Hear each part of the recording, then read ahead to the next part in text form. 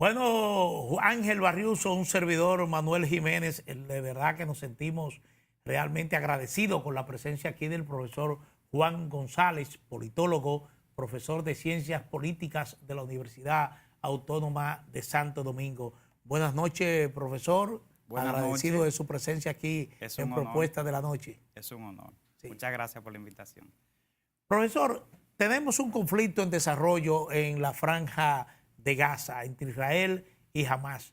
Pero este conflicto se da en un contexto geopolítico donde uno tiene la tensión de la guerra entre Rusia e Ucrania, pero también hay el temor de que este conflicto en la franja de Gaza se pueda regionalizar ya involucrando Extender a a otros otros actores árabes en este conflicto.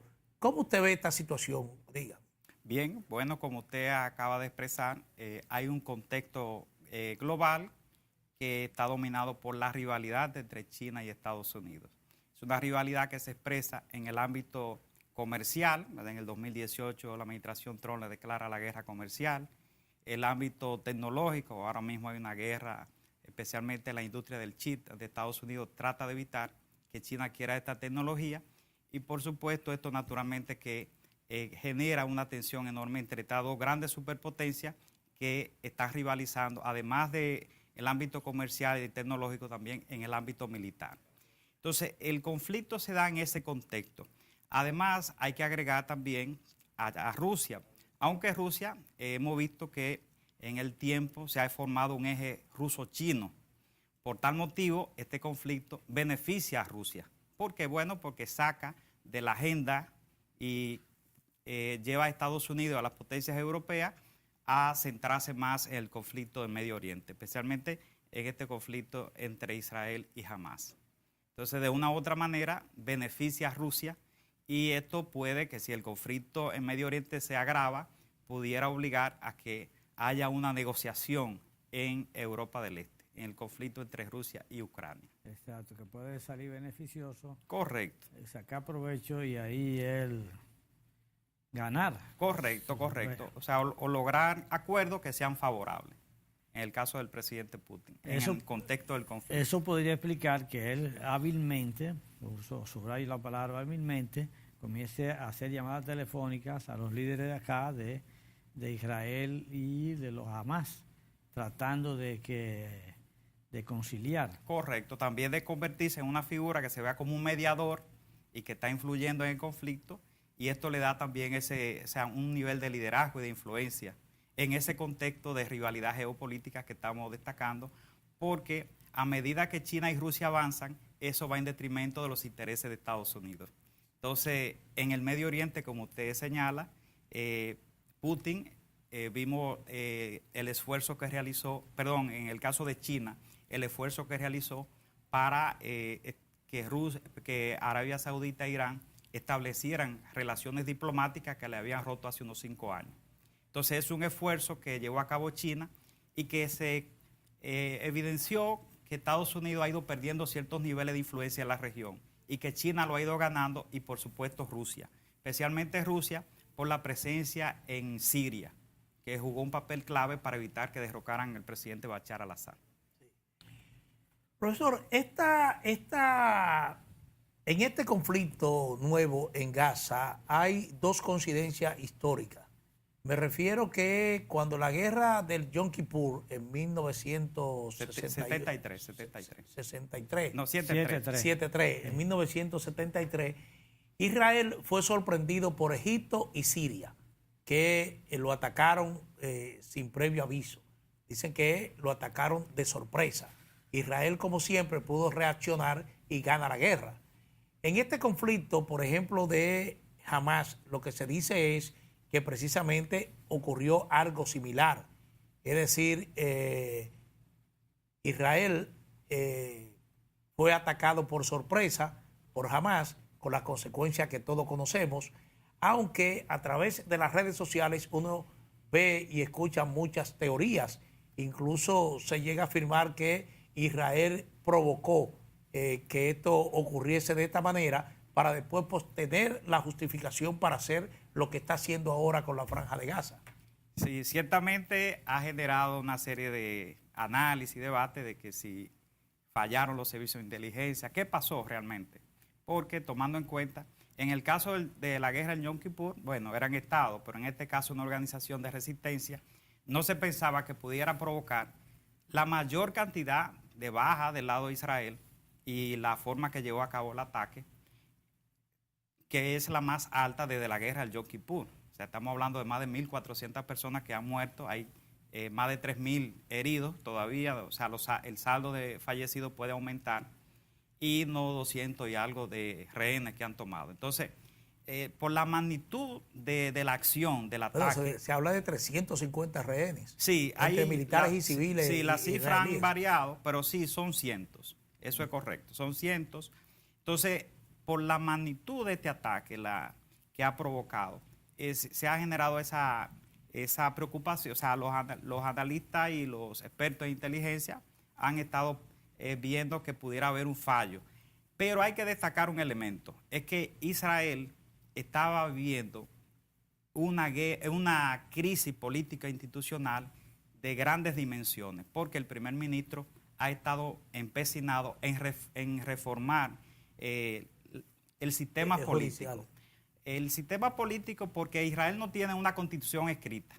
Entonces, tiene un conjunto de leyes que llaman leyes fundamentales y en ese contexto, como usted señala, el Poder Judicial, la propuesta es quitarle poder, es decir, que el Parlamento, que en un sistema parlamentario, el jefe de gobierno o primer ministro siempre va a tener el control, porque para poder formar gobierno tiene que tener mayoría en el Parlamento. Entonces, él es el líder del partido que tiene mayoría, ya sea un partido o coalición de partidos. Entonces, en este caso, la idea es que la propuesta que ha planteado es que el Parlamento pueda derogar sentencia del Tribunal Supremo. Si eso ocurre, naturalmente que afecta al Estado de Derecho y ya Israel no sería una democracia al estilo occidental.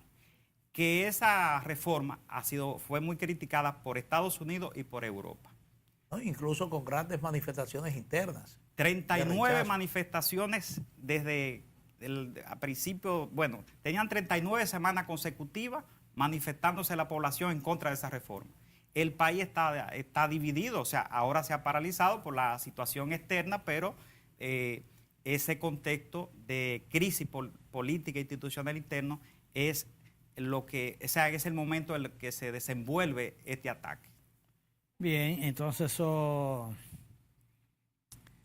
podría dejar en una situación de reafirmación de las especulaciones de que podría haber tenido los informes de un posible ataque, más dejaron que la cosa transcurriera para aprovecharse entonces tanto política como en términos del conflicto armado. Sí, las posibilidades están, pero también puede ser que la misma crisis interna haya provocado debilidades en los organismos de seguridad, porque la crisis estaba incluso afectando ya a los organismos de seguridad, o sea, las Fuerzas Armadas, estaba afectando todo porque, como expresamos, cuando un país que es democrático se da una reforma tan drástica que afecta al Estado de Derecho, genera preocupación en todos los sectores que han vivido en un Estado democrático, porque es que le va a otorgar poderes excepcionales al jefe de gobierno y esto naturalmente que afecta la dinámica de ese Estado. Sí. Okay. Hay otro detalle.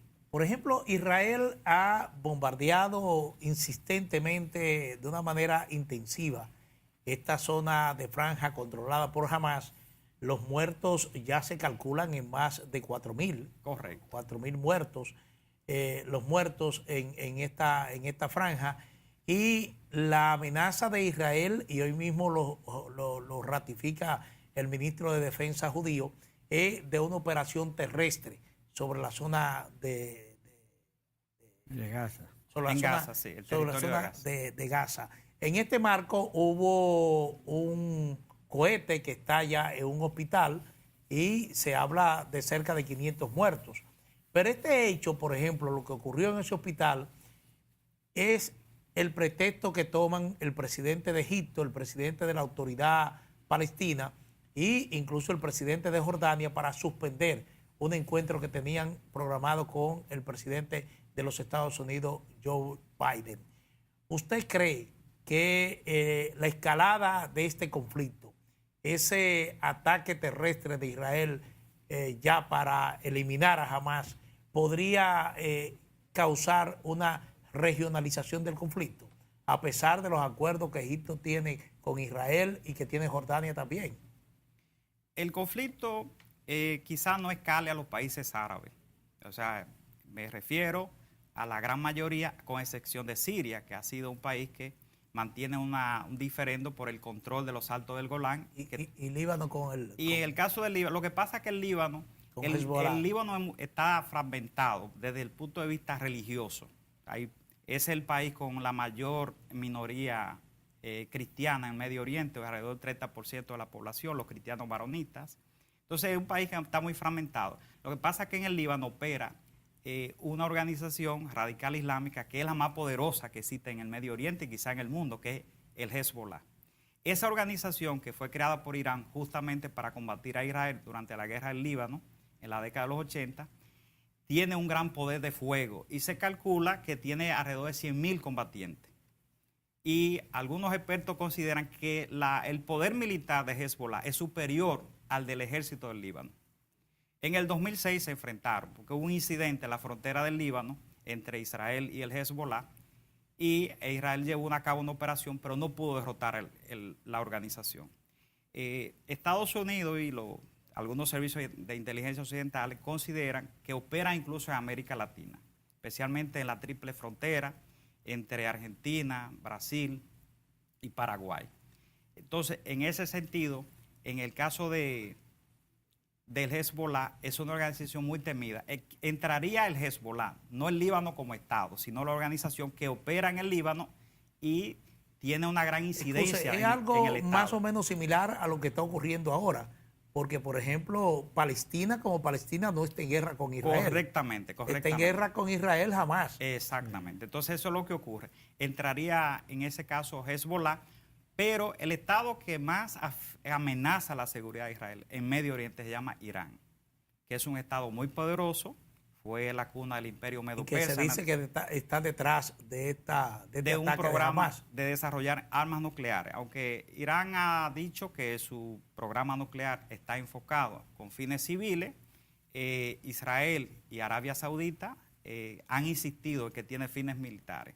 Lo que ocurre, bueno, que el que domina la tecnología civil termina dominando la tecnología militar en el tiempo. Sí, se agarra de ahí. Entonces, fíjese que cuando Trump llega al poder en el 2017, y fue una promesa de campaña, una de las promesas que hizo era retirarse del acuerdo nuclear con Irán.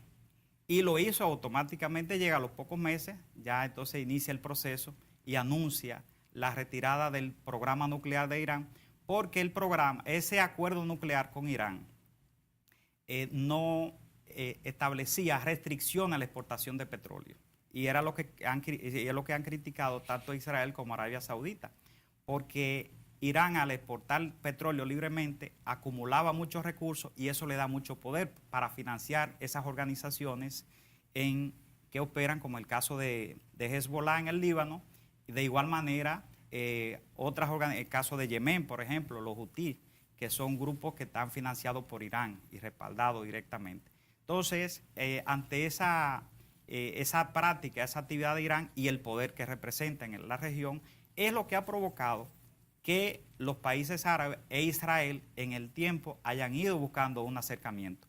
Justamente ahora en la Asamblea General de las Naciones Unidas, el primer ministro de Israel anunciaba que estaba avanzado el acuerdo con Arabia Saudita, un acuerdo de paz, y que iba a ser un acuerdo histórico, porque justamente que dentro del contexto de las teorías que se han abordado, es que posiblemente también dentro del ataque tuviera evitar ese acuerdo entre Israel y Arabia Saudita, porque de una u otra manera va a alterar el equilibrio de poder en Medio Oriente. O sea, si Israel se alía a los países árabes, especialmente a los más poderosos, como el caso de Egipto, Arabia Saudita, Emiratos Árabes, que el caso de Emiratos Árabes son países grandes productores de petróleo y exportadores, Bahrein, por ejemplo, que en el caso de Bahrein no es un país muy grande, pero que es importante en el ámbito petrolero.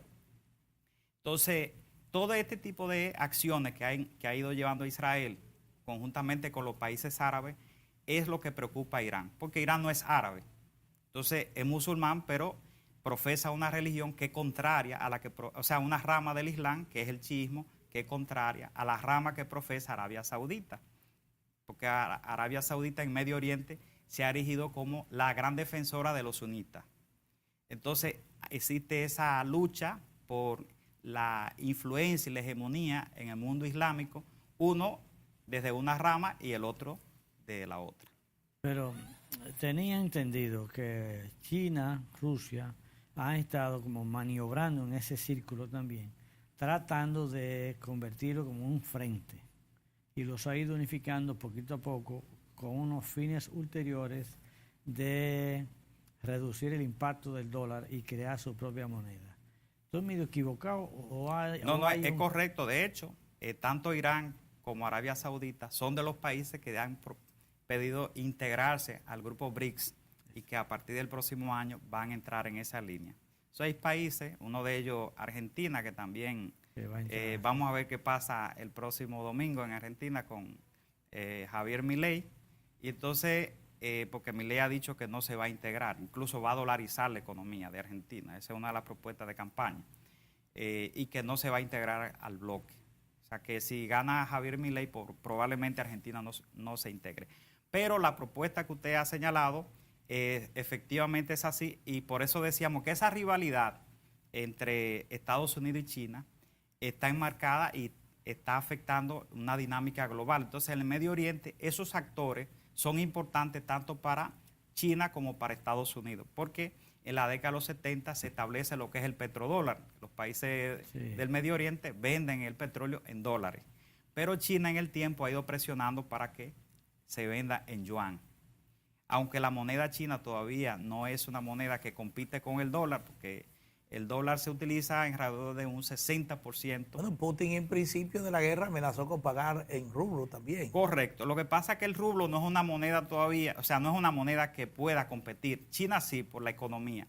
La economía de China tiene 19.3 billones de dólares. La de Estados Unidos 26.8. Entonces, la economía que compite con Estados Unidos es la economía de China. Sí. Profesor, finalmente, ya nos están haciendo señas, pero ¿cómo terminar este conflicto? En un marco, por ejemplo, Putin es partidario de un cese al fuego, pero tú encuentras un presidente Biden que va a Israel a expresarle su apoyo al primer ministro y un apoyo resuelto, es decir, y no parece ser que Israel tenga la decisión de un alto al fuego. Lo que menos le conviene a Estados Unidos es que Israel lleve a cabo la operación en territorio de Gaza, una operación terrestre, porque eso lo puede alejar mucho, porque aunque los países árabes no entren en guerra con Israel, sí se van a distanciar de Israel y de Estados Unidos. O sea, porque hay un asunto humanitario y que los países se van a identificar con esa, o sea, con el caso de los palestinos, que es una causa de lucha por la creación de un Estado. Y que Israel, para garantizar su seguridad en el futuro, lo que le conviene es seguir la trayectoria de mantener esas negociaciones de acuerdo con los países árabes. Y eso debe implicar también la creación formalmente del Estado palestino. O sea, Israel tiene que entender que su seguridad dependerá en el futuro de la creación de un Estado palestino y de un acercamiento con los países árabes. Porque la gran amenaza, como hemos señalado, de la seguridad de Israel en el tiempo es Irán. Entonces, para poder enfrentar esa amenaza, tiene que aliarse con sus vecinos, con los países árabes. Entonces, usted no ve una salida inminente al conflicto, no por ahora. La salida inmediata no se vislumbra, porque para que salga, o sea, para buscarle una salida debe pasar por la creación de un Estado palestino. O sea, es lo que finalizaría el conflicto. Yo me refiero al conflicto inmediato. Bueno, inmediato, lo que se vislumbra es que Israel quizá la operación no la lleve a cabo por la presión de Estados Unidos, porque al final Estados Unidos, como hemos dicho, no le conviene. Pero sí va a llevar a cabo un conjunto de acciones, ataques a partir de informaciones de inteligencia. Eso va a implicar que van a atacar infraestructuras civiles, especialmente hospitales y escuelas, porque Hamas, la mayoría de su estructura la tiene en una serie de búnker y muchas de ellas están bajo escuelas y hospitales. Entonces, para poder eliminar la estructura, tienen que bombardear las escuelas. Entonces, independientemente de que ellos quieran llevar a cabo la acción terrestre, se le hace muy difícil. Y si lo hacen vía aérea con ataques muy selectivos, sobre todo también va a provocar hay muchas, mucho hacinamiento por el nivel de densidad poblacional, va a provocar muchas bajas y también esa acción le va a generar rechazo por parte del mundo árabe y de la comunidad internacional.